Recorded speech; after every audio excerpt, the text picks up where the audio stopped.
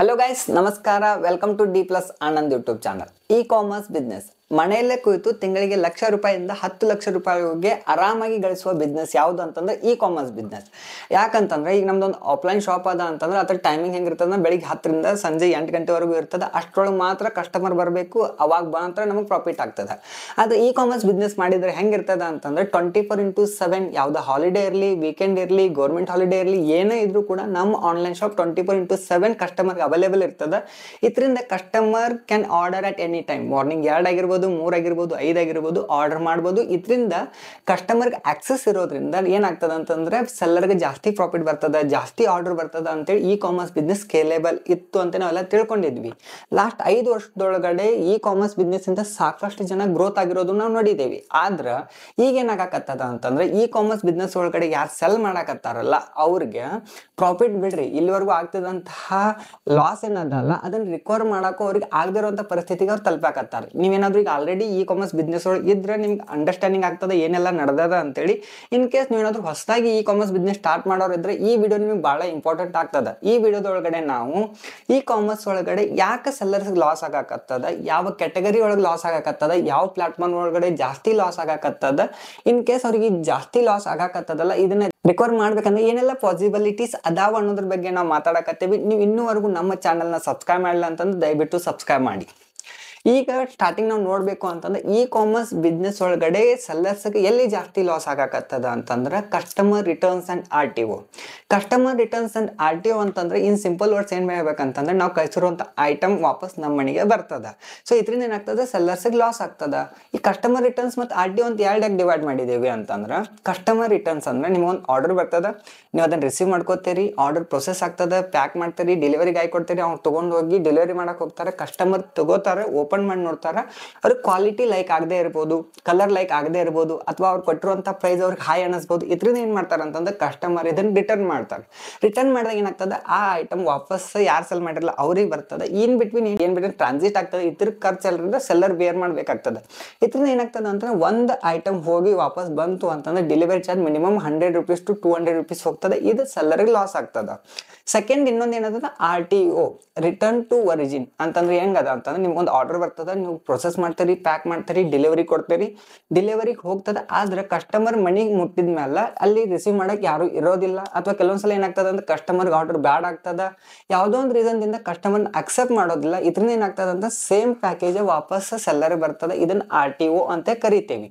ಇಲ್ಲಿ ಏನಾಗ್ತದ ಅಂತಂದ್ರೆ ಕಸ್ಟಮರ್ ಏನಾದ್ರು ಓಪನ್ ಮಾಡಿ ವಾಪಸ್ ಕೊಟ್ಟರೆ ಡೆಲಿವರಿ ಚಾರ್ಜ್ ನಾವು ಪೇ ಮಾಡ್ತೇವಿ, ನಮ್ಗೆ ಲಾಸ್ ಆಗ್ತದ. RTO ಒಳಗೆ ಏನಿರ್ತದೆ ಅಂತ ಕೆಲವೊಂದು ಪ್ಲಾಟ್ಫಾರ್ಮ್ಸ್ RTO ಚಾರ್ಜ್ ಮಾಡೋದಿಲ್ಲ, ಕೆಲವೊಂದು ಪ್ಲಾಟ್ಫಾರ್ಮ್ಸ್ ಚಾರ್ಜ್ ಮಾಡ್ತಾರೆ. ಇನ್ ಕೇಸ್ ಚಾರ್ಜ್ ಮಾಡ್ಲಿಲ್ಲ ಅಂತಂದ್ರೆ ನಮ್ಮ ಐಟಮ್ ವಾಪಸ್ ನಮ್ಮ ಅಂಗಡಿಗೆ ಬರೋದ್ರಿಂದ ನಮಗೇನು ಲಾಸ್ ಆಗ್ತದ ಅಂತ ಕೆಲವೊಂದು ಜನ ಕೇಳ್ಬೋದು. ಆದ್ರೆ RTO ನ ಜಾಸ್ತಿ ಸೆಲ್ಲರ್ಸಿಗೆ ಲಾಸ್ ಮಾಡಾಕತ್ತದ ಅಂತಂದ್ರೆ ನೀವು ನಂಬೋದಿಲ್ಲ. ಯಾಕೆ ಲಾಸ್ ಮಾಡಾಕತ್ತ ಅನ್ನೋದು ಈ ವಿಡಿಯೋದೊಳಗೆ ನಾವು ಎಕ್ಸ್ಪ್ಲೇನ್ ಮಾಡಾಕತ್ತೀವಿ.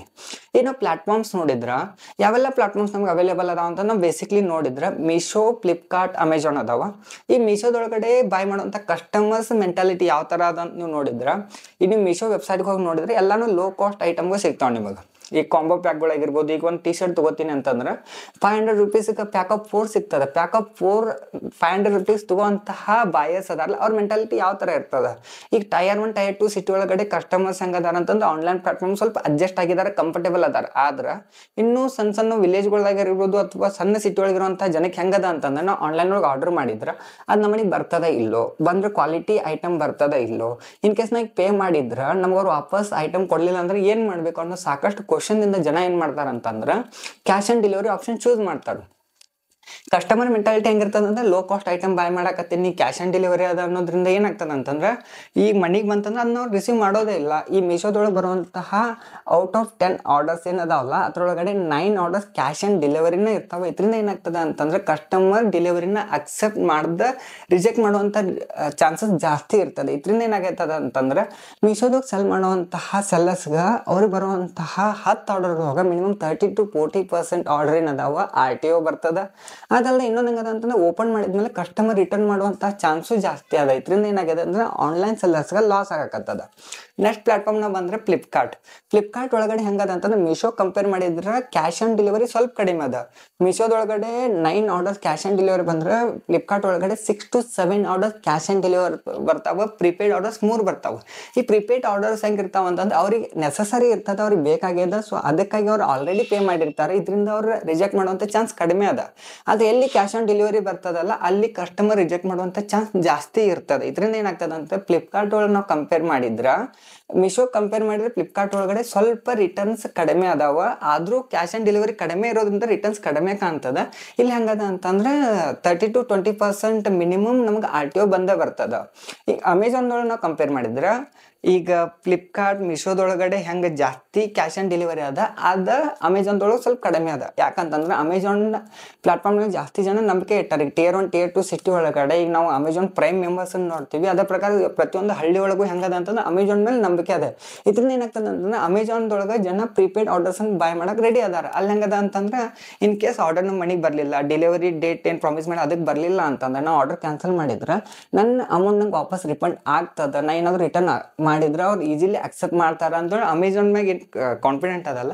ಇದರಿಂದ ಹೆಂಗದ ಅಂದ್ರೆ ಅಮೆಝಾನ್ದೊಳಗೆ ರಿಟರ್ನ್ ಕಡಿಮೆ ಅದ. ಅದು ಅಲ್ಲದೆ ಅಮೆಝಾನ್ ಪ್ರೈಮ್ ಮೆಂಬರ್ಸ್ ಇರೋದ್ರಿಂದ ಅವ್ರು RTO ಮಾಡುವಂಥ ಚಾನ್ಸು ಭಾಳ ಅಂದ್ರೆ ಭಾಳ ಕಡಿಮೆ ಅದ. ಇದರಿಂದ ಏನಾಗಿದೆ ಅಂತಂದ್ರೆ ಅಮೆಝಾನ್, ಫ್ಲಿಪ್ಕಾರ್ಟ್ ಮತ್ತು ಮೀಶೋ ನಾವು ಕಂಪೇರ್ ಮಾಡಕ್ಕೆ ಹೋದಾಗ ನನಗೆ ಪರ್ಸ್ನಲಿ ಅಮೆಝಾನ್ ಬೆಸ್ಟ್ ಪ್ಲಾಟ್ಫಾರ್ಮ್ ಅಂತ ಅನಿಸ್ತದ. ಆದ್ರೆ ರಿಟರ್ನ್ ನಾವು ನೋಡಕ್ಕೆ ಹೋದಾಗ ಯಾವುದೇ ಪ್ಲಾಟ್ಫಾರ್ಮ್ ಇರಲಿ ಅಲ್ಲಿ ಹೆಂಗದ ಅಂತಂದ್ರೆ ಕಸ್ಟಮರ್ಗೆ ಕ್ವಾಲಿಟಿ ಬೇಕಾದ. ಕ್ವಾಲಿಟಿ ಒಳಗೆ ನೋಡಕ್ಕೆ ಹೋದಾಗ ನಮ್ಮ ಐಟಮ್ ಅವ್ರಿಗೆ ಲೈಕ್ ಆಗಲಿಲ್ಲ ಅಂತಂದ್ರೆ ಯಾವುದೇ ಪ್ಲಾಟ್ಫಾರ್ಮ್ ಇರಲಿ ಕಸ್ಟಮರ್ ರಿಟರ್ನ್ ಮಾಡೇ ಮಾಡ್ತಾರೆ. ಆದರೆ ಮೀಶೋದೊಳಗೆ ಹೆಂಗದ ಅಂತಂದ್ರೆ ಕಸ್ಟಮರ್ ಚೀಪ್ ಐಟಮನ್ನು ಬಾಯ್ ಮಾಡೋದ್ರಿಂದ ಕೆಲವೊಂದ್ಸಲ ಇಟ್ಕೋತಾರೆ. ಆದ್ರೆ ಅಮೆಝಾನ್ದೊಳಗಿರುವಂಥ ಕಸ್ಟಮರ್ಸ್ ಯಾವ ಥರ ಅದಾರ ಅಂತಂದ್ರೆ ನಾ 500 ರೂಪಾಯಿ ಜಾಸ್ತಿ ಪೇ ಮಾಡ್ತೀನಿ, ಆದರೆ ನಂಗೆ ಕ್ವಾಲಿಟಿ ಐಟಮ್ ಬರಬೇಕು. ಇನ್ ಕೇಸ್ ಕ್ವಾಲಿಟಿ ಐಟಮ್ ಬರಲಿಲ್ಲ ಅಂತಂದ್ರೆ ಅವ್ರು ರಿಟರ್ನ್ ಮಾಡ್ತಾರೆ. ಜಾಸ್ತಿ ಆರ್ಡರ್ಸ್ ಏನಾದರೂ ರಿಟರ್ನ್ ಆಯಿತು ಅಂತಂದ್ರೆ ಸೆಲ್ಲರ್ಸ್ ಅಕೌಂಟ್ ಏನದ ಅದನ್ನು ಅಕೌಂಟ್ ಹೆಲ್ತ್ ಸರಿ ಇಲ್ಲ ಅಂತೇಳಿ ಅಮೆಝಾನ್ ಬ್ಯಾನ್ ಮಾಡುವಂತಹ ಪಾಸಿಬಿಲಿಟೀಸ್ ಇರ್ತದೆ. ಇದರಿಂದ ಏನಾಗಿದೆ ಅಂತಂದ್ರೆ ಆನ್ಲೈನ್ ಸೆಲ್ ಯಾರು ಮಾಡಕತ್ತಾರಲ್ಲ ಅವ್ರಿಗೆ ಜಾಸ್ತಿ ಲಾಸ್ ಆಗಕತ್ತದ. ಇನ್ನೊಂದು ಹೆಂಗದ ಅಂತಂದ್ರೆ ಕಸ್ಟಮರ್ ರಿಟರ್ನ್ ಬಂದಾಗ ಕೆಲವೊಂದ್ಸಲ ನಾವು ಕಳಿಸಿರುವಂಥ ಐಟಮ್ ಬರದೇ ಇರ್ಬೋದು, ಬೇರೆ ಐಟಮ್ ಬರ್ಬೋದು, ಬೇರೆ ಯೂಸ್ ಮಾಡಿರೋ ಐಟಮ್ ಬರ್ಬೋದು, ಅಥವಾ ನಾವು ಕಳಿಸಿರೋ ಐಟಮ್ ಬಂದೇನೇ ಇಲ್ಲ ಅಂತ ಕಂಪ್ಲೇಂಟ್ ಮಾಡೋದ್ರಿಂದ ಏನಾಗಕತ್ತದ ಅಂದ್ರೆ ಆನ್ಲೈನ್ ಪ್ಲಾಟ್ಫಾರ್ಮ್ಸ್ಗೂ ಆಗಿರ್ಬೋದು ಅಥವಾ ಸೆಲ್ಲರ್ಸ್ಗೂ ಆಗಿರ್ಬೋದು ಇಬ್ಬರಿಗೂ ಜಾಸ್ತಿ ಲಾಸ್ ಆಗಕತ್ತದ. ಹಿಂಗೆ ನೋಡಕ್ ಹೋದಾಗ ಯಾವ ಕೆಟಗರಿ ಒಳಗೆ ಜಾಸ್ತಿ ಲಾಸ್ ಆಗಕತ್ತದ ಅಂತ ನೋಡಿದ್ರೆ ವುಮನ್ ಫ್ಯಾಷನ್. ಈಗ ಹೆಂಗದ ಅಂದ್ರೆ ಹೆಂಗಸರು ಜಾಸ್ತಿ ಆನ್ಲೈನ್ ಶಾಪಿಂಗ್ ಮಾಡೋರು ಅವರೇ ಇರೋದ್ರಿಂದ ಅವ್ರು ವುಮನ್ ಫ್ಯಾಷನ್ಸ್ ಆಗಿರ್ಬೋದು, ನೆಕ್ಲೆಸ್, ಇಯರಿಂಗ್, ಅವ್ರದ್ದು ಸಿಕ್ಕಾಪಟ್ಟೆ ಏನು ಫ್ಯಾಷನ್ ರಿಲೇಟೆಡ್ ಐಟಮ್ಸ್ ಅದಾವಲ್ಲ ಅವ್ನು ಬಾಯ್ ಮಾಡ್ತಾರೆ. ಬಾಯ್ ಮಾಡೋ ಹೆಂಗಿರ್ತದ ಅಂತಂದ್ರೆ ವೆಬ್ಸೈಟ್ ಒಳಗೆ ನೋಡಿದಾಗ ಬೆಸ್ಟ್ ಅಂತ ಕಾಣಿಸ್ತದ. ಆದ್ರೆ ಮನೆಗೆ ಬಂದ್ಮೇಲೆ ಅವ್ರು ಹಾಕೊಂಡು ನೋಡಿದಾಗ ಅವ್ರು ಲೈಕ್ ಆಗದೆ ಇರ್ಬೋದು, ಅಥವಾ ಏನೋ ಇದಕ್ಕೆ ಜಾಸ್ತಿ ಪೇಮೆಂಟ್ ಮಾಡಿದ್ದೇನೆ ಅಂತ ಅವ್ರಿಗೆ ಅನಿಸ್ ಏನು ಮಾಡ್ತಾರೆ ಜಾಸ್ತಿ ರಿಟರ್ನ್ ಮಾಡ್ತಾರೆ.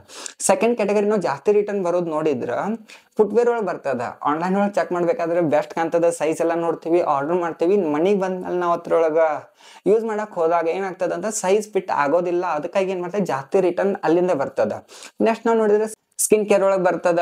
ಆಮೇಲೆ ಹೋಮ್ ಡಿಕಾರ್ ಒಳಗೆ ಜಾಸ್ತಿ ರಿಟರ್ನ್ ಬರ್ತದ. ಹೋಮ್ ಡಿಕಾರ್ ಒಳಗೆ ಯಾಕೆ ಬರ್ತದ ಅಂತಂದ್ರೆ ಈಗ ನಾವು ಒಂದು ಎಕ್ಸಾಂಪಲ್ ಒಂದು ಕರ್ಟನ್ ಅಂತ ನೋಡಿದ್ರ ಜನ ಏನ್ ಮಾಡ್ತಾರ ಅಂದ್ರೆ ಕಲರ್ ನೋಡ್ತಾರ, ಆರ್ಡರ್ ಮಾಡ್ತಾರ, ಮನೆಗೆ ಹೋದ್ಮೇಲೆ ಸೈಜ್ ಸರಿ ಕುಂತಿಲ್ಲ ಅಂತ ಹೇಳ್ತಾರ. ಅಥವಾ ಮನೆಯೊಳಗೆ ಈ ಹೋಮ್ ಡೆಕೋರ್ ಐಟಮ್ಸ್ ಏನು ಆರ್ಡರ್ ಮಾಡಿರ್ತಾರೆ ಇದು ಹುಡುಗರು ಹೊಡಿಬೋದು ಅನ್ನೋ ಕಾರಣಕ್ಕೆ ಅವ್ನು ವಾಪಸ್ ಮಾಡ್ತಾರ, ಅಥವಾ ಅವ್ರಿಗೆ ಲೈಕ್ ಆಗೋದಿಲ್ಲ. ಹಿಂಗೆಲ್ಲ ರೀಸನ್ದಿಂದ ಹೋಮ್ ಡೆಕೋರ್ ಒಳಗೆ ಜಾಸ್ತಿ ರಿಟರ್ನ್ ಬರ್ತದ.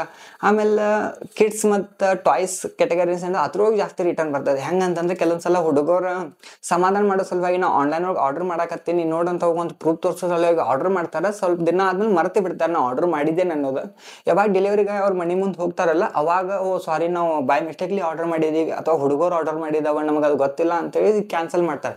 ಇದರಿಂದ ಏನಾಗಕತ್ತದ ಅಂತಂದ್ರೆ ಆನ್ಲೈನ್ ಸೆಲ್ಲರ್ಸ್ಗೆ ಭಾಳ ದೊಡ್ಡ ಲಾಸ್ ಆಗಕತ್ತದ. ಇಷ್ಟೆಲ್ಲ ಲಾಸ್ ಆಗಕತ್ತದ ಅಂದ್ರೆ ಇದನ್ನ ರಿಕವರ್ ಮಾಡುವಂಥ ಅಥವಾ ಇದನ್ನ ತಪ್ಪಿಸುವಂಥ ಯಾವುದು ಪಾಸಿಬಿಲಿಟೀಸ್ ಇಲ್ಲೇನ ಪಾಸಿಬಿಲಿಟೀಸ್ ಅದ. ಹೆಂಗದ ಅಂತಂದ್ರೆ ನಿಮ್ಮ ಕ್ಯಾಟಗರಿಗೆ ಯಾವ ಪ್ಲಾಟ್ಫಾರ್ಮ್ ಒಳಗಡೆ ಜಾಸ್ತಿ ರಿಟರ್ನ್ ಬರಾಕತ್ತದ ಆ ಪ್ಲಾಟ್ಫಾರ್ಮ್ ನಾವು ಸ್ವಿಚ್ ಆಗಿ ಬೇರೆ ಯಾವ ಪ್ಲಾಟ್ಫಾರ್ಮ್ ನಿಮ್ಗೆ ಜಾಸ್ತಿ ಪ್ರಾಫಿಟ್ ಬರ್ತದ ಆ ಪ್ಲಾಟ್ಫಾರ್ಮ್ ಫೋಕಸ್ ಮಾಡಬೇಕು. ಸೆಕೆಂಡ್ ಇನ್ನೊಂದು ಏನದ ಅಂತಂದ್ರೆ ಕಸ್ಟಮರ್ ರಿಟರ್ನ್ಸ್ ನಾವು ಕಡಿಮೆ ಮಾಡಬೇಕು ಅಂತಂದ್ರೆ ನಾವು ಯಾವ ಐಟಮ್ ಅನ್ನು ಸೆಲ್ ಮಾಡಕೋತಿ ಅದ ಐಟಮ್ ಅನ್ನ ಆನ್ಲೈನ್ ಒಳಗೆ ಲಿಸ್ಟ್ ಮಾಡಬೇಕಾಗ್ತದೆ. ಕೆಲವೊಂದ್ಸಲ ಏನಾಗ್ತದೆ ಅಂತಂದ್ರೆ ಲಿಸ್ಟ್ ಮಾಡೋ ಐಟಮ್ ಬೇರೆ ಇರ್ತದೆ, ನಾವು ಕಳಿಸೋ ಐಟಮ್ ಬೇರೆ ಇರ್ತದೆ. ಹಿಂಗಾಗಿ ಕಸ್ಟಮರ್ಗೆ ಹೆಂಗಾಗ್ತದೆ ಕ್ವಾಲಿಟಿ ಲೈಕ್ ಆಗೋದಿಲ್ಲ ಅಥವಾ ಕಲರ್ ಮಿಸ್ ಮ್ಯಾಚ್ ಇರ್ತದೆ, ಇದರಿಂದ ಅವ್ರು ರಿಟರ್ನ್ ಮಾಡ್ತಾರೆ. ಹಿಂಗಾಗಿ ಸೆಲ್ಲರ್ಸ್ಗೆ ಜಾಸ್ತಿ ಲಾಸ್ ಆಗಾಕತ್ತದ.